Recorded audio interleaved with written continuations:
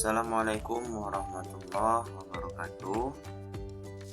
Bagaimana kabarnya hari ini teman-teman? Semoga teman-teman semua dalam keadaan baik ya, dan selalu dalam lindungan Allah Subhanahu wa Ta'ala. Nah, teman-teman, berjumpa lagi dengan Bapak Rahman dalam mata pelajaran Pendidikan Agama Islam untuk kelas 1 SD Fatma Kanada Islamic Character School.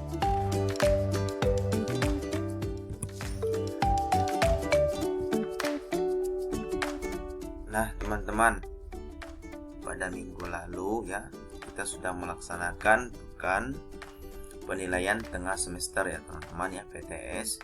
Kemudian 2 minggu yang lalu kita sudah membahas materi tentang ya sikap terpuji ya, jujur, percaya diri, dan suka memaafkan. Dan kira-kira untuk selanjutnya kita belajar tentang apa ya teman-teman ya. Namun sebelum kita memulai pembelajaran, ada beberapa hal yang perlu teman-teman persiapkan. Di antaranya, silakan teman-teman duduk dengan posisi yang nyaman ya, sehingga ketika mendengarkan video pembelajaran dari Bapak, teman-teman bisa dengan mudah menangkapnya. Kemudian teman-teman silakan siapkan buku pendidikan agama Islamnya serta alat tulis. Dan juga jangan lupa dibuka halaman 66 ya teman-teman ya. Kemudian berdoa. Nah, sebelum kita belajar, kita berdoa dulu. Berdoa dimulai. Bismillahirrahmanirrahim. Rabbis rahli sadri wa yassirli amri wahlul 'uqdatam min lisani yafqahu qawli. Shadaqallahul azim. Kemudian silakan teman-teman menonton video pembelajaran dari Bapak sampai dengan selesai. Oke, fokus ya teman-teman. Nah, kita sudah masuk ke pembelajaran selanjutnya ya teman-teman ya. Silakan teman-teman dibuka halaman 66-nya. Kita belajar tentang hidup bersih dan suci. Ya, benar sekali.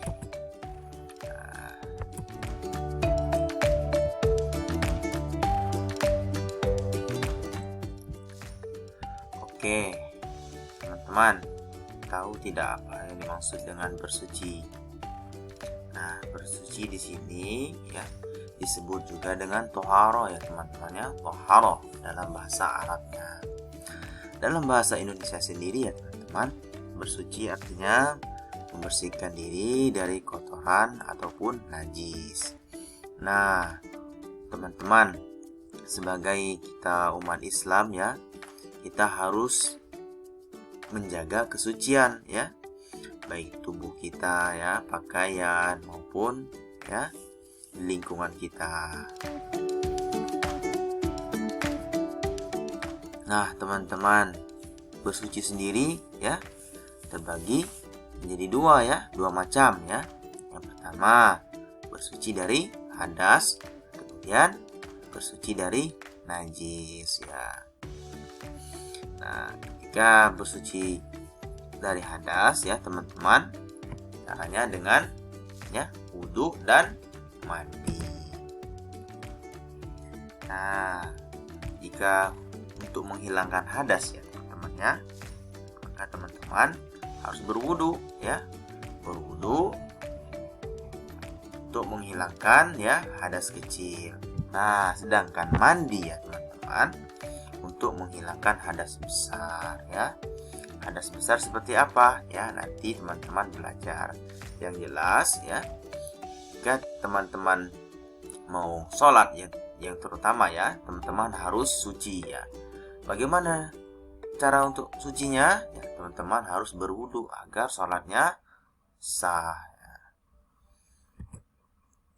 Nah, sedangkan najis sendiri teman-teman ya terbagi menjadi 3. Apakah yang pertama ya kira-kira teman-teman? Yang pertama najis digantikan ya. Najis ringan contohnya seperti apa teman-teman? Ayo. Nah, jika teman-teman memiliki adik kecil ya, adik bayi ya, di bawah 2 tahun ya, maka kencing adik ya, itu termasuk dengan najis ringan dan itu harus dibersihkan ya teman-teman ya. Harus dibersihkan agar ketika teman-teman ya sholat nanti ya bisa diterima. Apalagi misalkan teman-teman sebelum sholat ya, teman-teman ya mengasuh adiknya ya, tiba-tiba adiknya kencing ya di baju, maka teman-teman sebaiknya ya untuk menghindari hal-hal yang tidak diinginkan ya, teman-teman lebih bagusnya ya bajunya diganti ya. Namun ada dengan cara lain untuk membersihkan air kencing bayi ya. Ya, ini cukup dengan mempercikan air ya. Itu juga tergantung dengan ya bayinya. Jika bayi laki-laki maka dia ya harus benar-benar dibersihkan. Kalau air kencing perempuan maka dia cukup dipercikan air. Selanjutnya najis sedang. Nah, najis sedang sendiri teman-teman ya, yang termasuk najis sedang yaitu kotoran hewan ya. Ini hewan apapun ya teman-teman ya, cicak ya, kotoran apa lagi, kotoran ayam ya, kotoran kambing, itu semua najis ya teman-teman ya. Maka ketika teman-teman mau melakukan ibadah ya, terutama sholat ya, teman-teman harus membersihkan tersebut dengan wudhu. Nah, kecuali ya teman-teman ya, air kotoran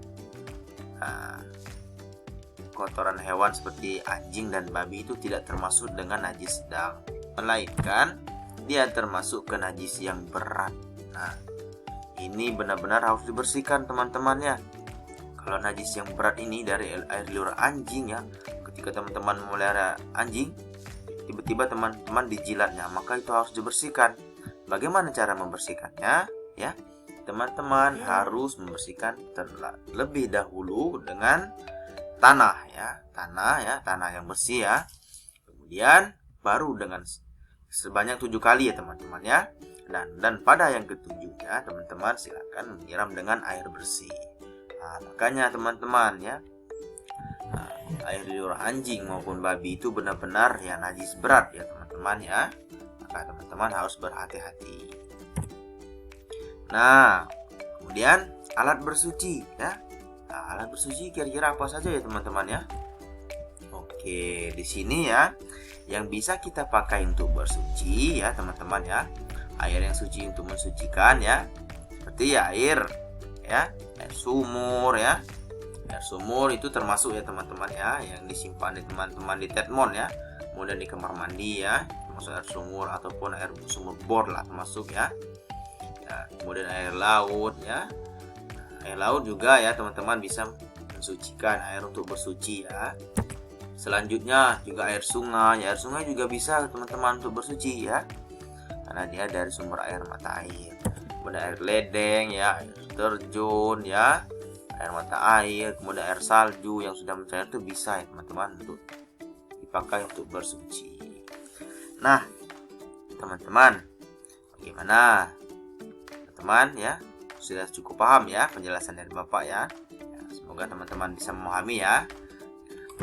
Nah, selanjutnya kita masuk ke tugas rumah ya. Nah teman-teman ya, tugasnya ya dari Bapak tidak banyak ya. Jadi kerjakan halaman 72 ya teman-teman, bagian A ya. Cukup bagian A saja. Cuman kalau seandainya teman-teman mau langsung mengerjakan bagian B atau C dan selanjutnya, itu malah lebih baik karena tugas tersebut akan Bapak berikan pada pertemuan yang selanjutnya. Dan terima kasih sudah menonton video pembelajaran dari Bapak ya. Semoga teman-teman dimudahkan oleh Allah dalam memahami ya pelajaran, baik itu dari Bapak sendiri maupun daripada guru yang lain. Terima kasih. Bapak akhiri, wassalamualaikum warahmatullahi wabarakatuh.